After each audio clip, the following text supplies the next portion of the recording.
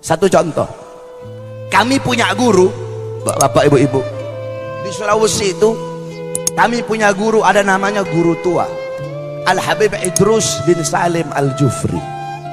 Beliau punya murid, ada satu murid beliau namanya Haji Amin. Ini murid sangat taat, sangat patuh sama Habib Idrus. Itu Al-Khairat dari kayu, pondok Al-Khairat dari kayu semua. Di atas tempat santri, Habib Idrus itu kantornya di bawah. Kalau Habib Idrus panggil ini murid yang nama Amin ini, Amin, itu Haji Amin, dia nggak mau turun lewat tangga. Kenapa? Kalau lewat tangga kelamaan, dia loncat dari atas ke bawah, saudara-saudara. Kenapa? Nggak mau buat gurunya nunggu terlalu lama. Ada di sini santri begitu. Waktu kiai panggil, Jang, langsung loncat, gitu ada. Nggak mau buat gurunya nunggu terlalu lama, saudara-saudara. Itu Haji Amin. Akhirnya Habib Idrus bawa dia dakwah di laut, nyebrang laut. Ketika sedang menyeberang laut, imamahnya Habib Idrus jatuh. Ketika imamah Habib Idrus jatuh, dia nggak pakai disuruh, langsung dia loncat di laut untuk ambil imamahnya Habib Idrus. Dia naik ke atas perahu. Ketika dia naik, semua orang di perahu melotot ngeliatin dia. Kenapa? Tidak ada satu titik pun basah, saudara-saudara. Ternyata apa? Ternyata dia jalan di atas laut. Kenapa Allah kasih keramat? Allah kasih keramat dia karena dia mengikuti sahibul karomat. Nah, makanya kalian para santri-santri yang ada di sini, saya kasih tahu sama kamu. Saya dulu juga pernah mondok, 17 tahun saya mondok, saudara-saudara. Saya mondok di Al-Khairat 12 tahun. Di Darul Ghawa Dakwah saya mondok 5 tahun. Kamu tahu barokahnya ilmu? Barokahnya ilmu ini buat santri nih, wasiat saya. Barokah ilmu didapatkan bukan dengan kamu banyak belajar, saudara-saudara. Bukan dengan banyak belajar, bukan. Barokah ilmu didapat dengan khidmat kamu kepada seorang guru. Melayani seorang guru, berbakti kepada seorang guru. Kamu belajar sampai kepala kamu botak, belajar Alfiyah, belajar Syarah Ibnu Agil, belajar Fathul Mu'in, sampai botak kepala kamu. Tapi kalau kamu tidak ada khidmat sama guru, tidak ada hormat sama guru, tidak ada melayani guru, tidak ada takzim kepada guru, kamu gak bakal mendapatkan keberkahan daripada ilmu.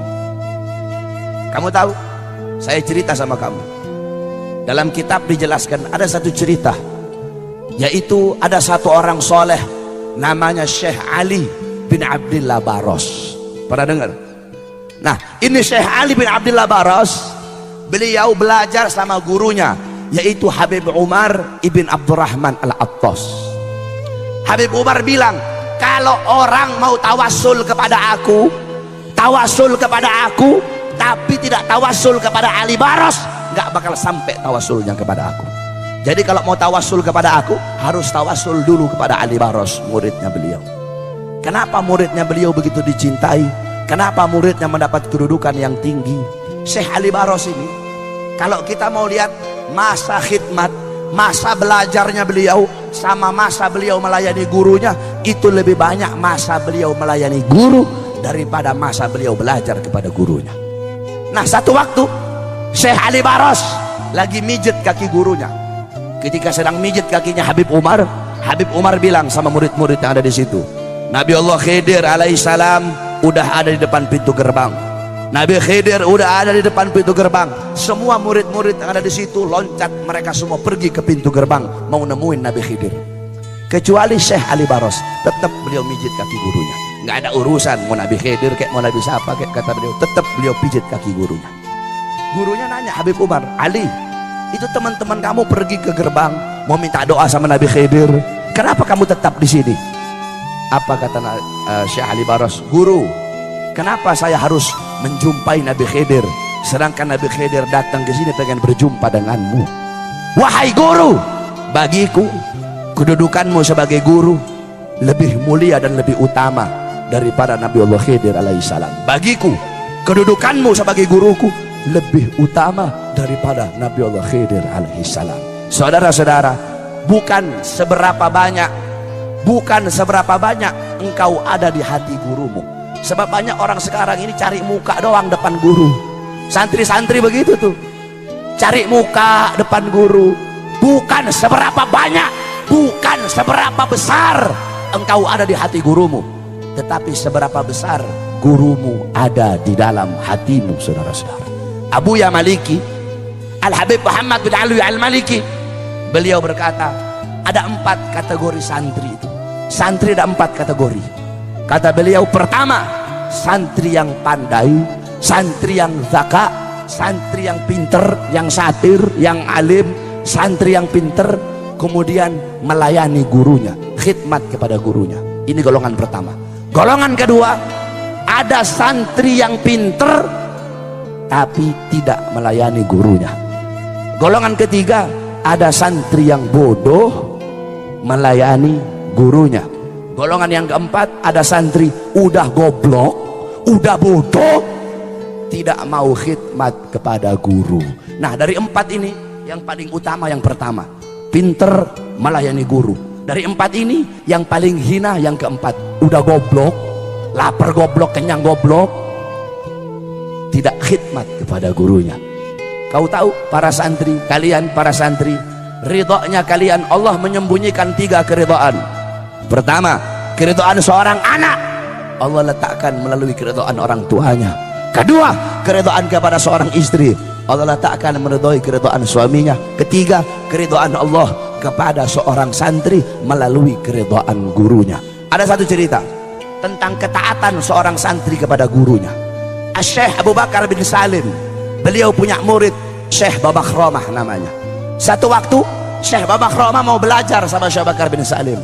Kata Syekh Bakar bin Salim, kalau kamu mau belajar sama saya tes dulu. Saya tes, kamu cari gunung yang tinggi, loncat ke bawah. Lihat Syekh Bakar bin Salim itu. Akhirnya karena Syekh Babakhromah pengen belajar sama Syekh Bakar bin Salim, nggak apa-apa, dia cari gunung yang tinggi, kemudian dia loncat, saudara-saudara. Ketika dia loncat, udah ternyata nggak apa-apa. Dia pergi ke Syekh Bakar bin Salim, udah wahai guru, kata Syekh Bakar bin Salim, tadi kamu loncat merem atau melek? Saya loncatnya merem. Ulang lagi, nggak boleh, harus melek kamu, nggak boleh kamu merem. Naik lagi nih Syekh Babakhromah ke atas gunung, dia loncat ke bawah. Ketika dia loncat, dia melihat malaikat sedang nampung dia sehingga dia nggak apa-apa. Itu yang pertama. Yang kedua, kata Syekh Bakar bin Salim, kamu pergi ke masjid, ketika orang-orang sholat ngadep kiblat, kamu sholat membelakangi kiblat. Kata Syekh Bakar bin Salim, beliau ngetes ini murid yang mau belajar sama beliau. Jadi udah, orang-orang sholat ngadep kiblat, beliau sholat ngadepnya begini, membelakangi kiblat. Ini orang-orang yang sholat bilang, wah ini orang sudah gila ini. Orang sholat ngadep kiblat, kok ini orang membelakangi kiblat. Ketika sholat, dia sholat membelakangi kiblat. Ketika dia sholat, dia gemetar, saudara-saudara. Kenapa? Dia lihat ada Ka'bah di depannya dia. Nah, yang ketiga ini yang paling berat. Kata Syekh Bakar bin Salim, kamu pergi ke Aden. Di Aden ada satu wali namanya Habib Abu Bakar Al-Adni. Kamu pergi ke sana, kamu hina dia. Wah, ini paling berat ini. Akhirnya udah dia menjalani perintah gurunya, dia pergi ke Aden. Dia bilang, wah Habib Abu Bakar lagi duduk sama murid-murid, kalau saya hina depan murid-muridnya, habis saya dihabisin sama murid-muridnya. Nah, Habib Abu Bakar kan wali, jadi walaupun dari jauh Habib Abu Bakar bisa dengar apa yang saya bilang. Ngomong dia dari jauh, ya Habib, setinggi-tingginya ilmumu, lebih tinggi ilmu guruku Syekh Abu Bakar bin Salim. Habib Abu Bakar berdiri, saudara-saudara, ditunjuk ini murid tadi sama Habib Bakar. Itu dari tangannya Habib Abu Bakar keluar api. Begitu mau sampai sama ini Syekh Babakhromah, itu api meledak. Baru dia pergi pulang lagi ke Inat.